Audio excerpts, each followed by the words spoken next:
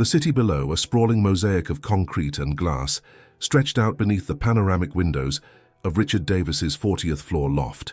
At 54, Richard carried the quiet weight of a man who had built immense success upon a foundation of grit and public service. He was no longer the young man who had spent 35 years of his life answering the alarm, but the smell of burnt wood and ozone still lingered in the deepest corners of his memory. He had retired from the city's fire department, a decorated chief, leveraging his experience and reputation to become a highly sought-after safety consultant, which, coupled with smart investments and the sale of his successful patent for a wildfire detection system, had amassed him a considerable fortune. Yet the opulence surrounding him, the polished mahogany, the minimalist art, the automated systems of his apartment, felt hollow in recent months. The source of his deep disquiet lay 7 miles downtown at Fire Station 12, the flagship station and training academy he had personally fundraised millions to modernize. Richard saw that station not as a building, but as a monument to the sacred oath he and his colleagues had sworn to serve everyone. Recently, however, the digital whispers had grown into a roar he could no longer ignore. Anonymous emails, forum posts on community pages, and even a few carefully worded complaints forwarded from the city commissioner's office painted a consistent, deeply disturbing picture. They spoke of arrogance, of a pervasive attitude that suggested the station's crew was only interested in the high-stakes, headline-grabbing emergencies. Simple calls for minor medical assistance in the neighborhood, requests for fire safety checks for elderly residents, or even inquiries about public tours were allegedly met with impatience, disdain, or outright refusal. "They treat us like we're wasting their time unless the roof is on fire," one email lamented. The most damning report came from a retired school custodian who claimed he was treated like a trespasser when he simply asked if he could use the public restroom during a local festival. That report, a gut punch of betrayal, triggered a memory of Richard's early days, nearly 3 decades before, when his greatest lesson was learning to treat the person whose cat was stuck in a tree with the same urgency as the person whose house was engulfed in flames.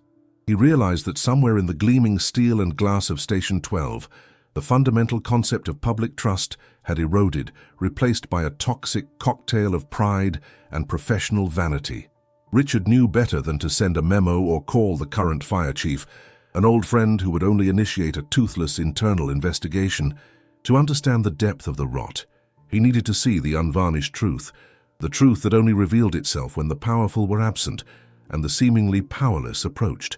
The decision came swiftly, a return to the roots of his operational mindset. He walked away from his imported espresso machine and into his extensive climate-controlled storage unit, which housed relics of his past life. He located a battered duffel bag, pulling out a pair of old cracked work boots he hadn't worn in 25 years, not his shiny, polished dress boots from the academy, but the heavy, worn-out leather of a junior firefighter. He selected a faded denim jacket, stained with what looked like old motor oil and the patina of age, and a knit cap that was several sizes too large. The final touch, a painful nod to his experience, was a slight smear of soot, carefully sourced from an old ornamental coal grate in his unused fireplace, rubbed across his cheek and the back of his hands, giving his skin the texture of someone who hadn't seen a hot shower in weeks. Looking in the tall mirror, Richard Davis, the millionaire philanthropist, had vanished. In his place stood an aged, tired man, the kind of man society learns to look through. He left his condo complex before 6:30 a.m., purposefully avoiding his private car service. He walked 5 blocks to a transit stop, waiting patiently for the city bus, feeling the brisk morning wind cut through his thin jacket. The simple act of sitting on the communal transport, absorbing the indifference of fellow commuters, instantly validated his decision. No one made eye contact. No one smiled. He was a piece of the urban landscape, invisible and easily ignored. When he finally disembarked near his destination, the change in his surroundings was jarring. He was now on a wide avenue lined with the civic pride of the city, the municipal buildings, the library, and, most prominently, the sleek, modern facade of Fire Station 12. The massive bay doors were currently closed, but the station radiated an aura of expensive efficiency. The polished chrome of a newly delivered ladder truck, visible through the station's high windows, reflected his own shabby image, a cruel, high-contrast photograph of success and despair. Richard crossed the street, his heart thumping not with fear, but with a profound, sinking disappointment. He approached the public entrance, a side door clearly marked Community Access, but which felt as imposing as a bank vault. He entered, the blast of the warm air-conditioned air feeling alien against his chilled skin. The lobby was minimalist, clean, and entirely impersonal, smelling faintly of sterile floor cleaner and strong coffee. At the front desk, a young firefighter, Daniel Lopez, barely glanced up from his tablet. Richard paused, shifting his weight, trying to formulate a simple, non-threatening request. "Excuse me, son," Richard rasped, his voice intentionally rougher than usual. "I was just wondering. My buddy down the street, he's got this little burn minor, you know? Could I just talk to someone real quick about what cream to put on it? Nothing big, just advice." Daniel sighed, a monumental, theatrical gesture of annoyance. He finally looked at Richard, his eyes traveling dismissively from the worn boots to the smudged face, a flicker of disgust passing over his expression. "Sir, we're an emergency response unit. We don't do walk-in pharmacy consults. You need to call the non-emergency line 311 or go to the urgent care clinic 2 blocks down. We're busy here." Richard felt the familiar sting, but pushed through the practiced indifference. "No, I get that. I get that. It's just, I remember when folks could just drop by and ask." His voice trailed off, a subtle reference to the station's historical community policy, a policy he had personally instituted. Just then, a sharper, more authoritative figure emerged from the inner office. Battalion Chief Michael Brown, 42, impeccably groomed, with a starched uniform and an air of professional condescension. Michael was a political appointee, a paper pusher Richard vaguely remembered from a regional command years ago, but who now held the key operational post at the station. Michael took in the scene, the polished floor, the clean lines, the shabby man infringing on the aesthetic, and his face hardened. "What's the disruption here, firefighter?" he snapped, his voice sharp enough to cut through the hum of the fluorescent lights. Daniel quickly stood. "Nothing, Chief Brown, just a gentleman trying to use this as an after-hours clinic.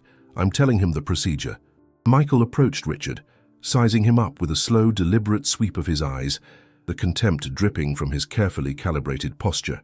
"Look, fella," Michael said, lowering his voice but injecting it with a lethal edge of impatience. "This is a professional facility. We are preparing for the day's missions.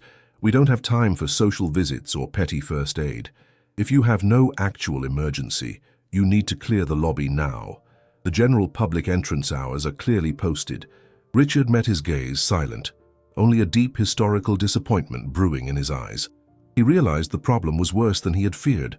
The disrespect wasn't just an isolated incident. It was the prevailing operational philosophy of the leadership. The injustice of the moment was palpable, a betrayal of 35 years of public service etched into the cold marble walls.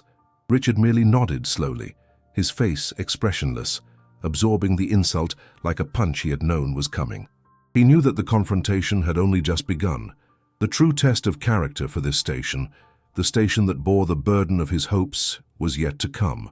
Richard's silence, rather than diffusing the tension, seemed to aggravate Chief Michael Brown's already thin patience.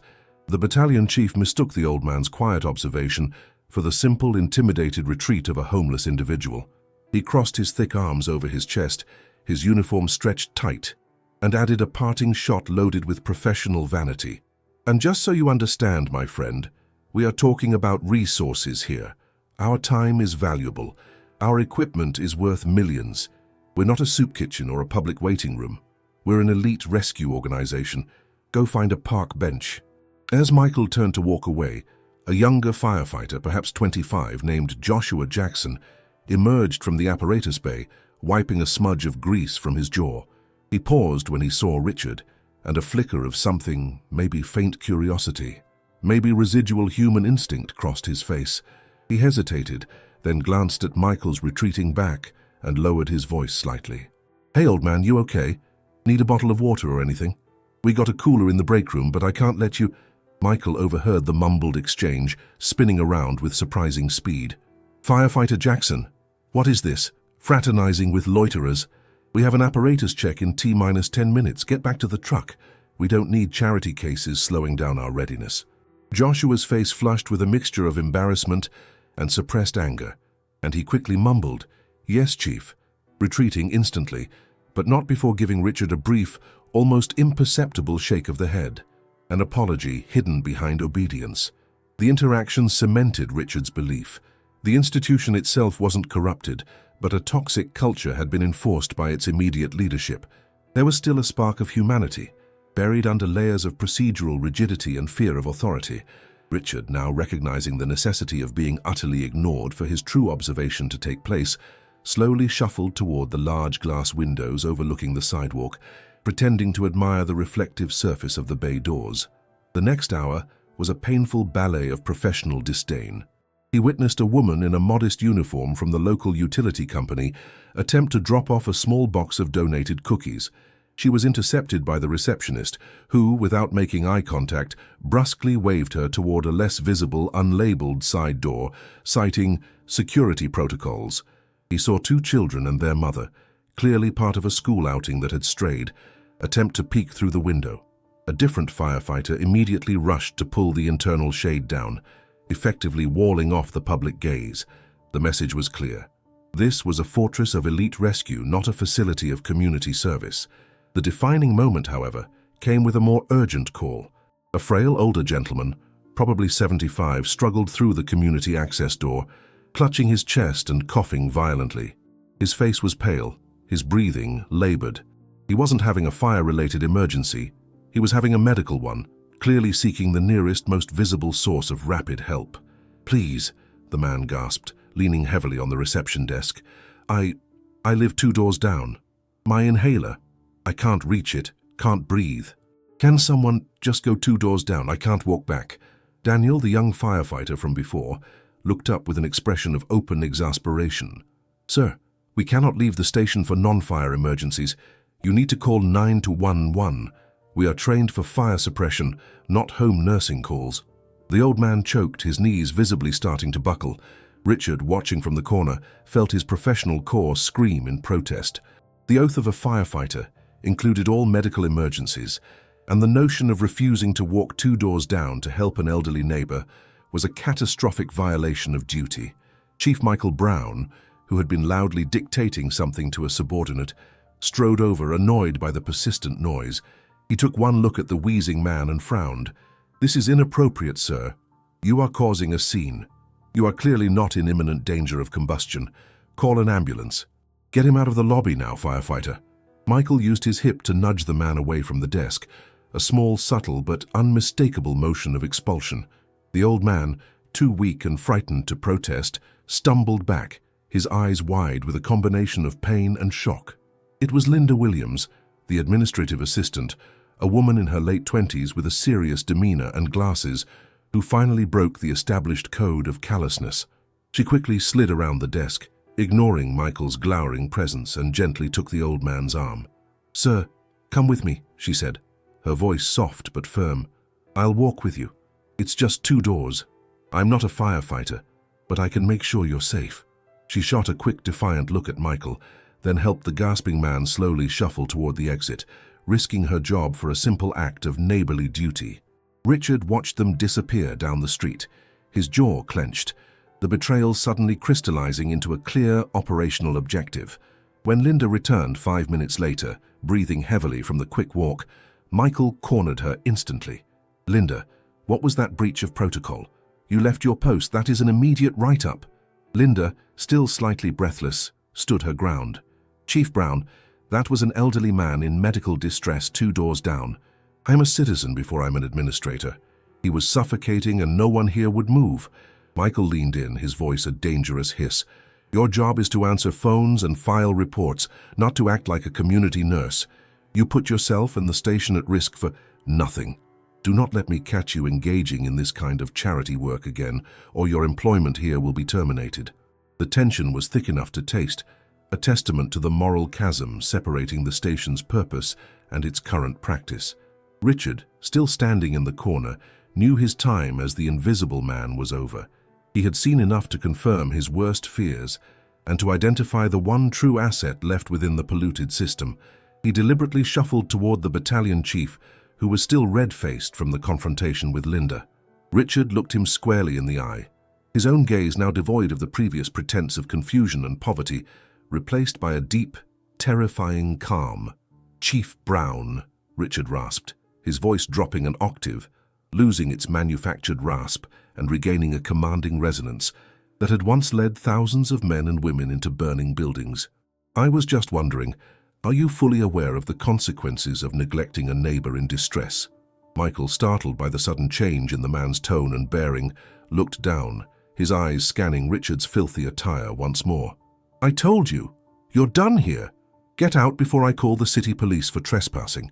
And don't you dare call me chief again, you beggar." He raised his hand, placing it on Richard's thin shoulder, with an unmistakable intention to shove him toward the exit. The contact was the trigger. Richard merely shifted his posture, steadying himself.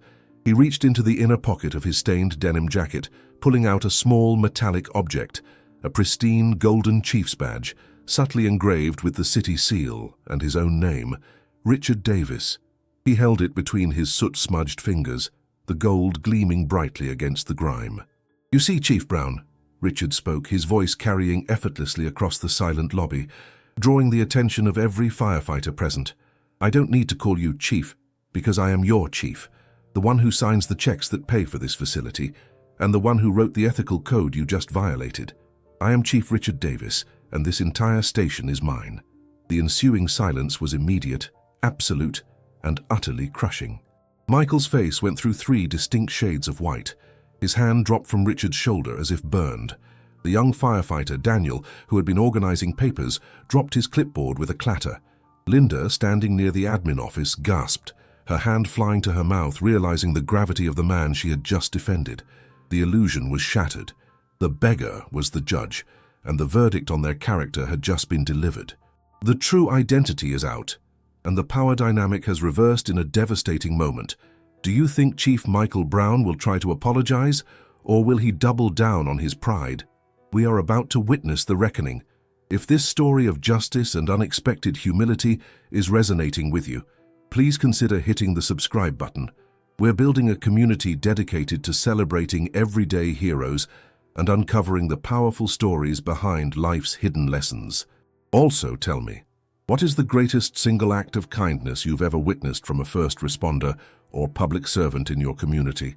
Share your story in the comments. Your answer might just inspire our next tale. Chief Michael Brown stood frozen, his face a mask of escalating panic that quickly shifted to frantic, desperate appeasement. The Gold Chief's badge, a universally recognized symbol of supreme authority in the department, seemed to burn in Richard Davis's hand. Michael swallowed hard, running a shaking hand over his neatly trimmed mustache, the starched collar of his uniform suddenly feeling like a noose. "Chief Thorne," he stammered, attempting to regain a sliver of composure.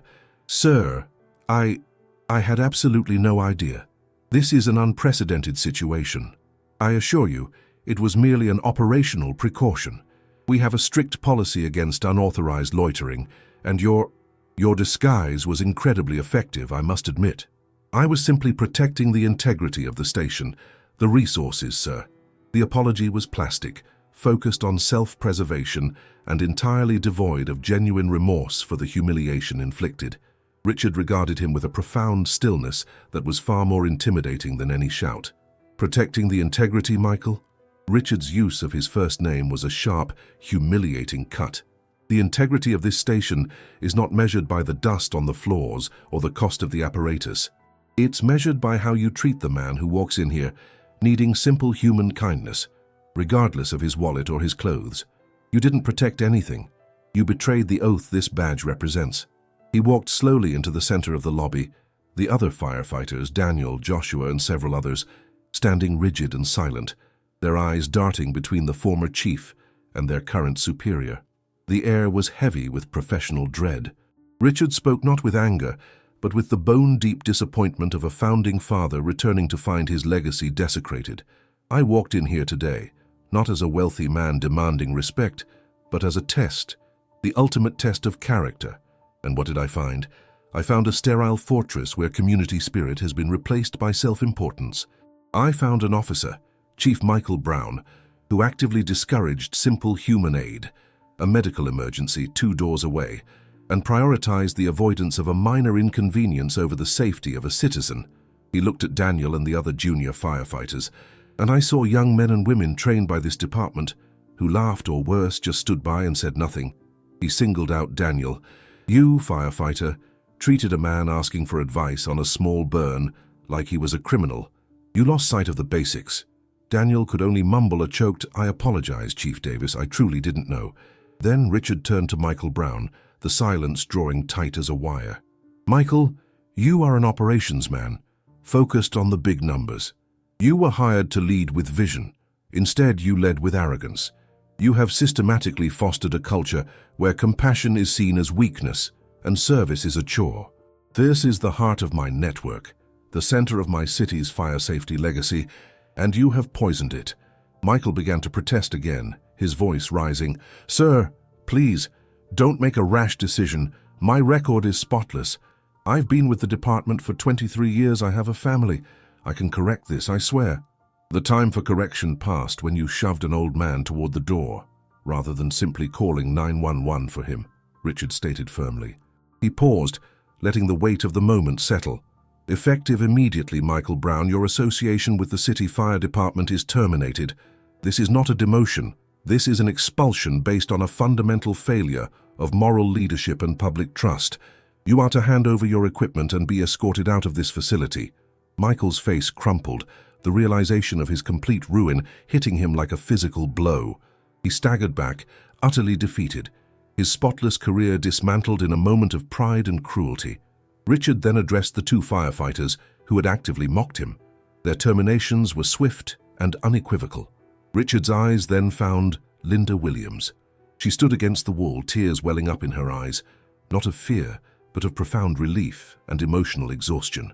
"Linda," Richard said, his voice softening noticeably, "you saw a stranger in distress, and without knowing who I was or what you risked, you chose to help. You upheld the true spirit of this station when everyone else failed. You are the embodiment of what service means." Linda could barely speak. I just did what felt right, Chief Davis. It was nothing special." Richard smiled slightly. "It was everything, Linda. The most powerful act of leadership is showing compassion when it is inconvenient. Effective today, you are promoted to station administrator with full responsibility for community outreach and ethical training. You will ensure that every single person who walks through this door is treated with the dignity they deserve. This is your chance to rebuild the heart of this department." Linda began to sob quietly, nodding her acceptance through the tears. For the remaining crew, Richard delivered a powerful closing message. "This is a new beginning. We do not erase what happened, but we learn from it. Your value is not in the size of the fire you fight, but in the sincerity of the help you offer. Respect is the uniform that never goes out of style. From now on, every call, every visitor, every neighbor gets the same respect as the mayor of this city." He concluded by confirming that extensive mandatory ethical retraining programs, personally funded by him, would begin immediately for all remaining staff. He had brought the station's conscience back, one act of justice at a time. Weeks later, the station felt genuinely different. The windows were open, the shades were up, and the coffee machine was available to tired neighbors. Linda, thriving in her new role, managed the station with a gentle authority that inspired respect, not fear. Richard visited often, no longer in a disguise but walking in casually, observing the sincere interactions, the genuine smiles. He reflected that the original script of his life was about fighting fires. The newest chapter was about rekindling humanity. He realized he had learned the most profound lesson. Money could build a magnificent station, but only humility and empathy could build a magnificent service. The disfigurement of the beggar's disguise was replaced by the clarity of the chief's true vision. If you enjoyed this story of justice, redemption, and the importance of remembering what truly matters, please consider becoming part of our growing community. Subscribe to the channel and help us share more inspiring narratives that remind us of the power of kindness. We love connecting with our viewers. Tell us in the comments which city you're watching our stories from. Did you enjoy the video? And what's the biggest lesson you learned from Chief Richard Davis's remarkable test of character? We look forward to reading your reflections.